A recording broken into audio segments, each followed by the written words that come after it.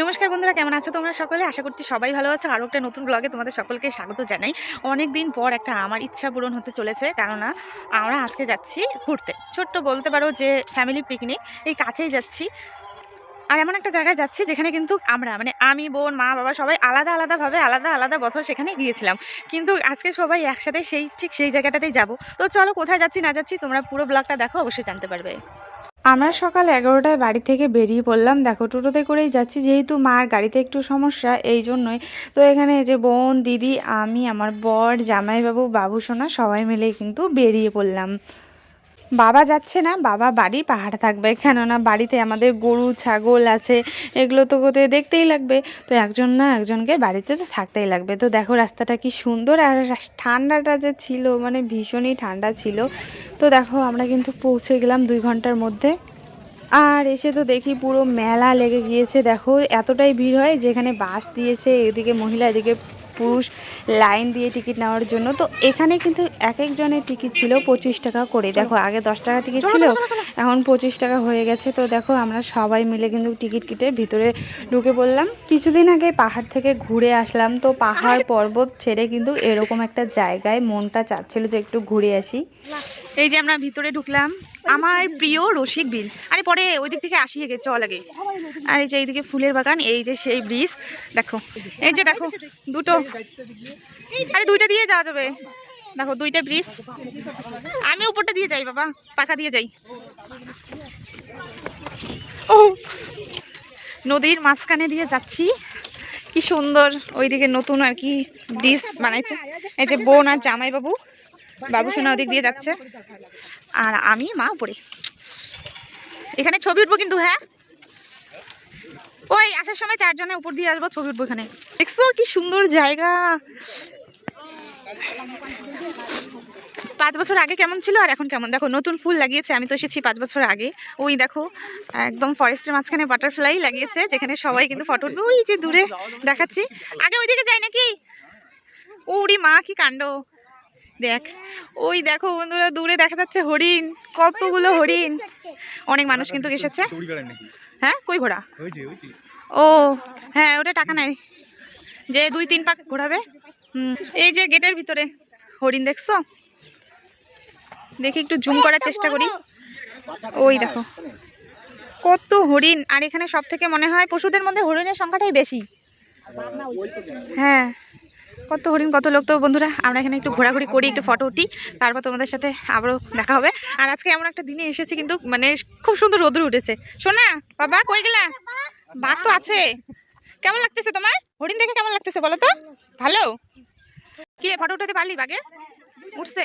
তুলিস তাহলে ভালো করে, আমাকে পরে দিস। ওই যে বাঘগুলো বেরই হয় না।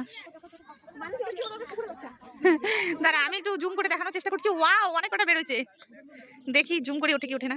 ওই যে ওই ঘরটার মধ্যে কটা বাঘ রে? এখানে 1টা 2টা 3টা আপাতত বের হয়েছে, ভিতরে আরো আছে।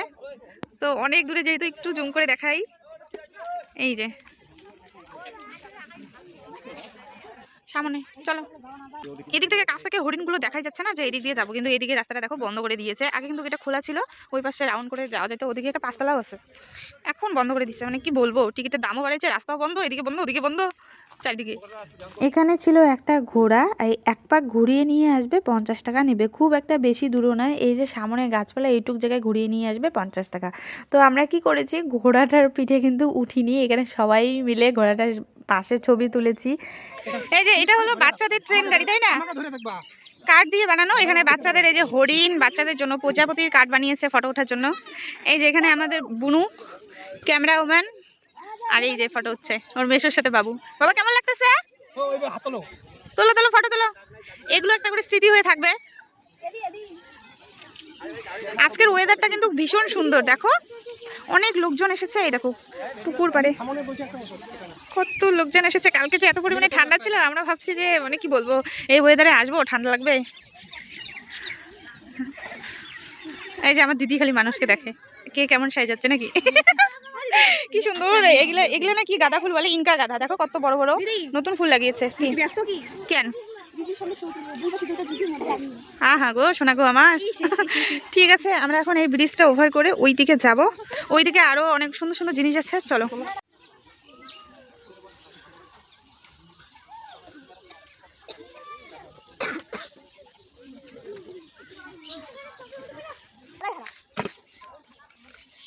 বলছো? কয় টাকা করে? 30 টাকা।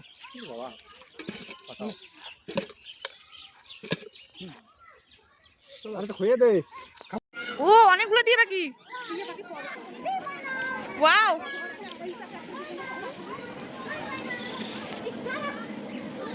এখানে অনেকগুলো ময়ূর। এদিকে ঘোর। ওয়াও, ও রে বাবা, লজ্জা পায় মনে হয়। ও এখানে বড় শালিক পাখি আছে, কথা বলে কাতা কি কত পাখি। ও টিকু কাজ শুনতে দিবেলা।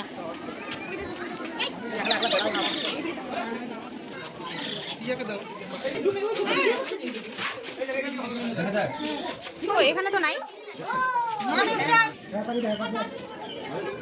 এই যে এখানে অজগর লুকিয়ে আছে, দুটো ছিল আর এখন দেখতে পাচ্ছি একটা। তো এইটা হলো অজগর দেখা মানে রাখার জায়গা করে রাখছে। আর ওইদিকে দেখো লুটিয়ে আছে অনেক টিয়া পাখি, অনেক।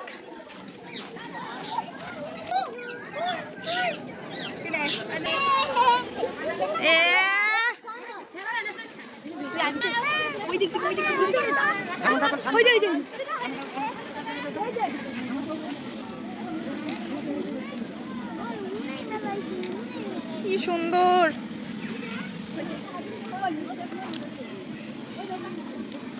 ওই দেখে কি সুন্দর করে আছে।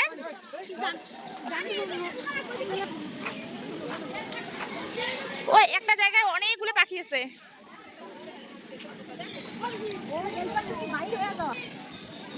পোকার ডিজাইন করে রাখছে পাথরত। এই ঘরটায় রাখা ছিল অনেকগুলো কুমিরের বাচ্চা। ওইদিকে একটা পুকুর পাড়ে অনেকগুলো বড় বড় কুমির দেখলাম, কিন্তু মনে হলো না সত্যি, কেননা কেউ নড়াচড়াই করছিল না। জানি না সেগুলো সিমেন্টের নাকি রিয়েল। তবে এখানে অনেকগুলো কিন্তু বাচ্চা কুমির আছে, মাছ ধরে ধরে খাচ্ছে দেখো। তবে আগের থেকে কিন্তু অনেকটা পরিবর্তন হয়েছে রসিকবিল। আমি এসেছিলাম প্রায় যে 5 থেকে 6 বছর আগে।